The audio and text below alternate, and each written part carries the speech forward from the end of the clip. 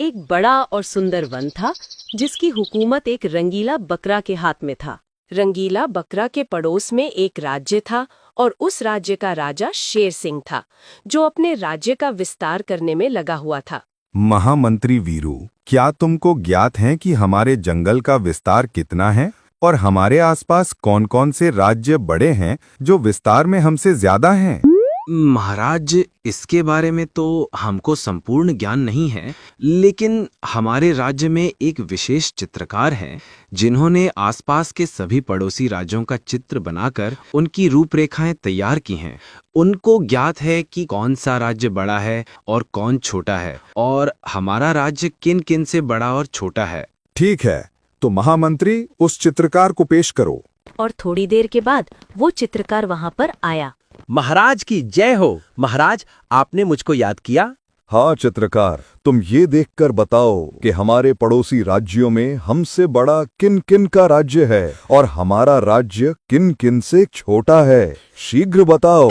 महाराज, हमारे राज्य के आसपास टोटल 7 राज्य है और जिनमें से हमारा राज्य का विस्तार चौथे नंबर का है। हमसे 3 राज्यों का विस्तार अधिक है। कौन कौन से हैं वो 3 राज्य? महाराज, सबसे पहले तो मणिपुर देश आता है, जिसको मणि के नाम से जाना जाता है, और मणिपुर के राजा इस समय भैरव सिंह हैं। और दूसरे नंबर पर देश है पंचन नगरी और उसका राजा है गोरिल्ला। और तीसरे नंबर पर आता है स्वर्ण देश और उसका राजा है रंगीला बकरा। ठीक है, तो चित्रकार तुम जा सकते हो। और चित्रकार वहां से चला गया। फिर शेर सिंह के दिमाग में एक भयानक विचार आया। अरे महामंत्री, हम क्षेत्रफल के हिसाब से चौथे नंबर पर हैं, तो क्यों ना हम अपने जंगल का क्षेत्रफल को बढ़ाकर पहले स्थान पर कर दिया जाए। इससे हमारे आसपास के सभी राज्यों में हमारा दबदबा बना रहेगा। आपने बोल तो दिया महाराज कि हमारे राज्य को पहले स्थान पर कर दिया जाए, लेकिन ये करना इतना आसान भी नहीं होगा। भैरव सिंह और गोरिल्ला जैसे पराक्रमी योद्धाओं को हराना आसान बात थोड़े ही है, और उनसे भी ज्यादा खतरनाक वो रंगीला बकरा है जिसको युद्ध में हराना असंभव है। भैरव सिंह और गोरिल्ला से भी ज्यादा खतरनाक रंगीला बकरा है? ये क्या कह रहे हो मंत्री? हाँ महाराज, मैं बिल्कुल ठीक कह रहा हूँ। आप जब युद्ध करोगे आपको पता चल जाएगा।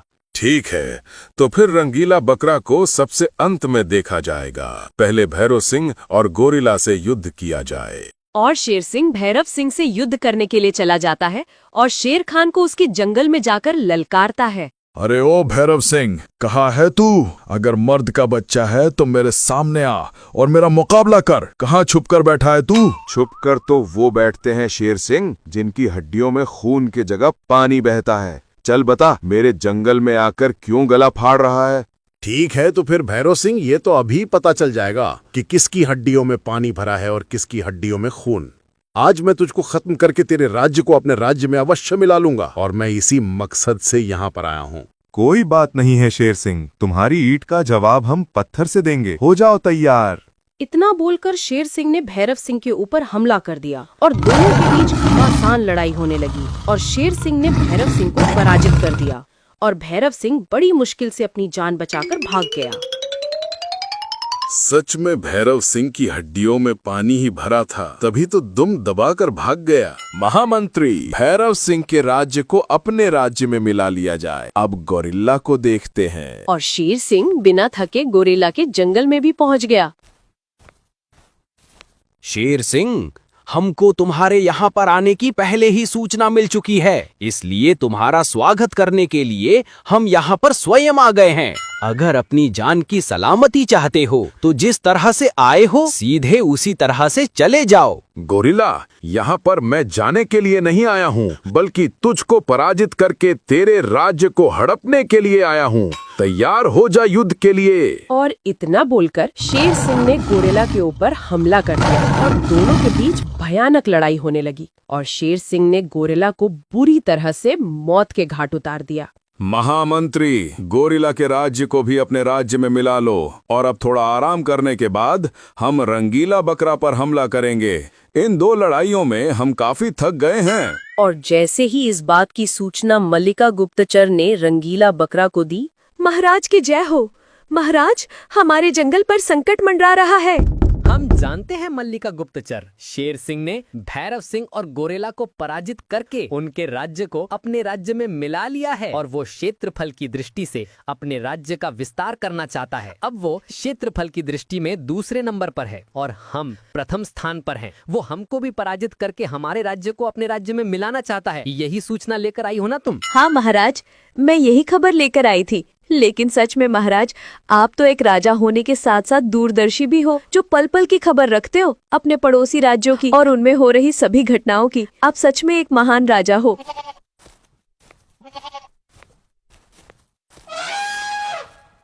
महामंत्री भीम, हमारी बात को ध्यान से सुनो। अभी अभी शेर सिंह ने 2 राज्यों के राजाओं को पराजित कर दिया है। अब उसकी नजर हमारे जंगल पर है और वो सेना लेके युद्ध नहीं लड़ता बल्कि खुद राजा से युद्ध करता है। अगर उसने हमसे युद्ध किया तो हम पराजित हो जाएंगे। इसीलिए तुम अपने भाई बाला को शीघ्र बुलवाओ। हमारे पास आज रात का ही वक्त है। कल सुबह शेर सिंह हमारे राज्य पर हमला करने के लिए आएगा। और थोड़ी देर में बाला भी महाराज के दरबार में आ गया।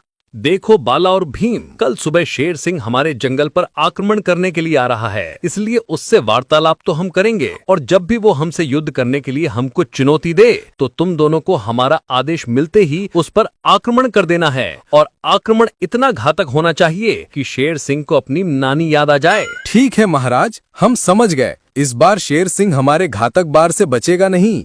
महामंत्री, सूर्योदय हो गया है। अब मुझे रंगीला बकरा को पराजित करने के लिए जाना है और फिर हमारा राज्य सबसे विशाल और शक्तिशाली बन जाएगा। और आज तुम यहीं पर रहोगे, हम अकेले ही जाएंगे। आप अकेले जाएंगे महाराज? लेकिन क्यों? महामंत्री, हमने ये 2 लड़ाइयाँ लड़ी थी, क्या आपकी आवश्यकता पड़ी थी क्या इन दोनों लड़ाइयों में? जबकि वो इस रंगीला बकरा से कई गुना ज्यादा ताकतवर थे। इसीलिए तुम यहीं पर रहो और हमारे आने का इंतजार करना। इस रंगीला बकरा को निपटाकर मैं अभी आता हूँ।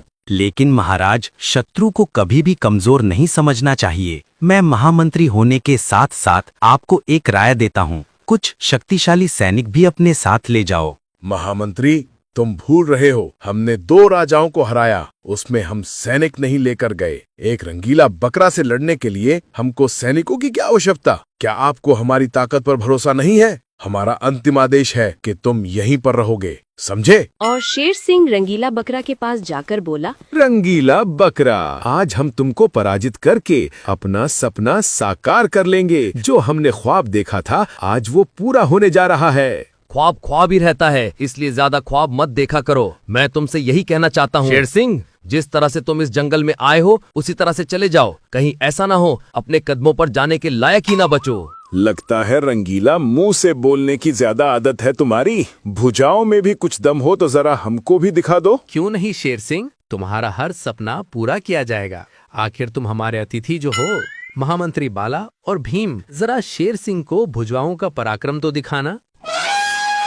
अरे राजा रंगीला, क्या तुम मेरे साथ युद्ध नहीं करोगे जो इन 2 पहलवानों को लेकर आए हो? राजा राजा से ही युद्ध करेगा, समझे? हमारे यहाँ ऐसा नहीं होता शेर सिंह।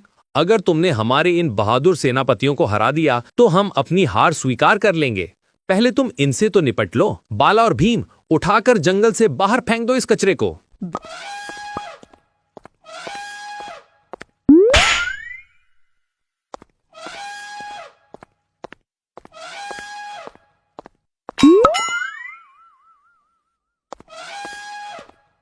भीम और बाला ने शेर सिंह को लातों से अच्छा सबक सिखा दिया और शेर सिंह अपनी जान बचाकर वहां से भाग गया।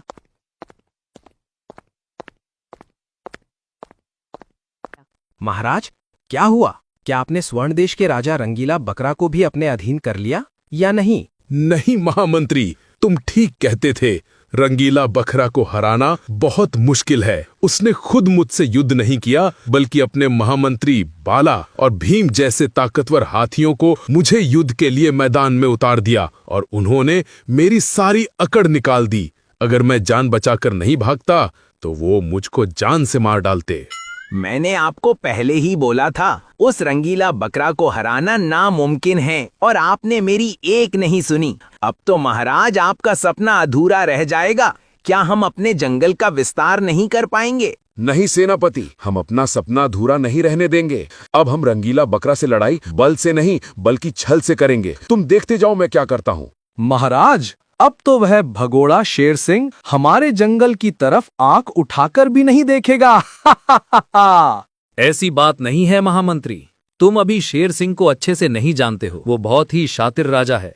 वो इतनी जल्दी हार मानने वाला नहीं है। वो बल से हार गया, हो सकता है वो कल को छल करने पर उतर आए, इसलिए हमको सतर्क रहना होगा। महामंत्री वीरू, हमारे पास एक प्लान है। क्या प्लान है आपका? जरा हमें भी बताओ। क्या उस प्लान से हम रंगीला बकरा को परास्त कर पाएंगे? हाँ, हमारा ये उपाय अवश्य काम करेगा। अब मैं तुमको उपाय बताता हूँ, ध्यान से सुनना। और फिर राजा शेर सिंह ने अपने महामंत्री को अपना प्लान बता दिया और फिर शेर सिंह रंगीला बकरा के जंगल में जाकर एक मेमने को अपना शिकार बना लेता है और उसकी हड्डियों को ले जाकर रंगीला बकरा के घर के सामने डाल देता है और वहाँ से चला जाता है। अरे महामंत्री, हमारे घर के सामने किसने इन हड्डियों को डाला है? लगता है रात को इसका शिकार किया है। कौन हो सकता है जो हमारे जंगल के जानवरों का शिकार कर रहा है और हड्डियों को हमारे दरवाजे पर डाल देता है? पता नहीं महाराज, कौन है? हम इसका शीघ्र पता लगा लेंगे। तभी वहाँ पर उस मेमने की माँ भी आ जाती है। महाराज, मेरा बेटा कल शाम से नहीं मिल रहा है, पता नहीं कहाँ है। महाराज, ये कंकाल तो मेरे बेटे का लग रहा है। ये यहाँ पर कैसे आया? और ऐसे लग रहा है कि इसका रात को ही शिकार किया है। जरूर ये मेरे बेटे का ही होगा। पर महाराज, कौन हो सकता है जो मेरे बेटे को अपना भोजन बना सकता है? आपके राज में तो सब ठीक ठाक था, अचानक ये क्या हो गया? और बकरी दुखी मन से लौट रही होती है। तभी उसको शेर सिंह का महामंत्री वीरू मिल जाता है, जो उस जंगल में आया हुआ था। अरे बकरी, तुम दुखी होकर कहाँ जा रही हो? क्या हुआ तुमको? सब ठीक तो है ना? कुछ भी ठीक नहीं है। मेरे बेटे को किसी ने मार दिया है रात को। रात को तुम्हारे बेटे को किसी ने मार दिया है? क्या तुमने उसकी हड्डियों को ढूंढने की कोशिश की? मिली या नहीं? हाँ मिला, हमारे जंगल के महाराज के घर के सामने पड़ी थी। पता नहीं किसने मार दिया। तुम ऐसी बातें करती हो? किसने मार दिया? क्या जहाँ पर हड्डियाँ मिली हैं वहीं पर किसी ने मारा होगा? अगर तुम्हारे राजा के पास ये हड्डियाँ मिली हैं तो तुम्हारा राजा ने ही उसको मारा होगा और उसका मांस खा गया होगा, हड्डियों को वहीं पर फेंक दिया होगा। पर हमारे महाराज तो शाकाहारी हैं, वो तो मांस नहीं खाते।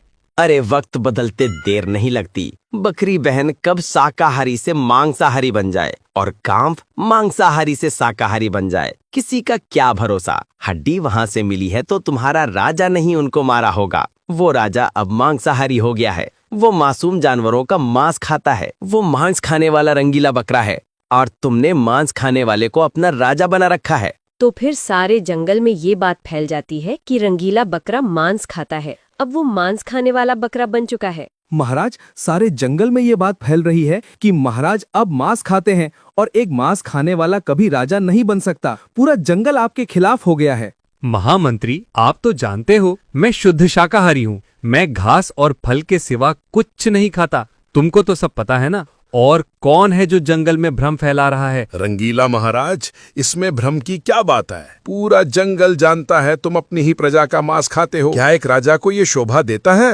हाँ शेर सिंह, आप ठीक कह रहे हो। ऐसे राजा को तो राजगद्दी को छोड़ देना चाहिए। मेरे बेटे की हड्डियां भी रंगीला महाराज के दरवाजे के सामने पड़ी थी। मेरे बेटे को भी रंगीला बकरा ने ही खाया है। अब किस किस का मुंह बंद करोगे रंगीला बकरा? अब तो तुम इस जंगल से भाग जाओ, वरना मैं तुम्हारी प्रजा के साथ मिलकर तुमको मार दूंगा। क्योंकि मैंने यहाँ की प्रजा से वादा किया है कि मैं प्रजा की हिफाजत करूंगा, अगर वो मुझको राजा बना दे तो। शेर सिंह, तुमको राजा नहीं, तुमको तो किसी सर्कस में होना चाहिए था। तुम्हारी हरकतें जोकर जैसी हैं। पता नहीं तुमको राजा किसने बना दिया। तुमको क्या लगा तुम्हारे इस घटिया प्लान के बारे में हमको पता नहीं है? हम अच्छी तरीके से जानते हैं कि हमारे दरवाजे के सामने वो हड्डियां तुमने ही डाली थी और तुमने ही बकरी के बच्चे को अपना शिकार बनाया था और तुमने ही उसका मांस खाया और फिर हड्डियों को हमारे दरवाजे पर फेंक गए और हमारी ही जनता को हमारे खिलाफ भड़का दिया।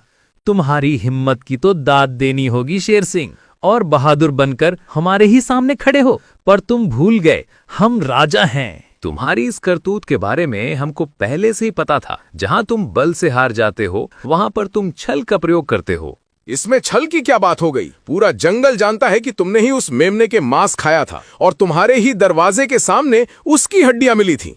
शेर सिंह, तुमने कभी सीसीटीवी कैमरे का नाम सुना है? खैर कोई बात नहीं, आज मैं तुमको बता देता हूँ कि मैं अपने जंगल में जगह जगह सीसीटीवी कैमरे लगाए हुए हैं। एक कैमरा मेरे दरवाजे के ऊपर लगा है जिसमें तुम साफ साफ दिख रहे हो कि उस मेमने की हड्डियां तुमने ही डाली थी। और दूसरी बात, जहाँ पर तुमने उस मेमने को शिकार बनाया था वहां पर भी कैमरा लगा हुआ था जिसमें तुम साफ साफ दिख रहे हो। तुमको क्या लगा कि रंगीला बकरा सो रहा है तो उसके जंगल में कुछ भी कर जाओगे? हम तो सो रहे थे, लेकिन हमारे वो सीसीटीवी कैमरे जाग रहे थे और तुम्हारी ये करतूत कमरे में कैद हो गई।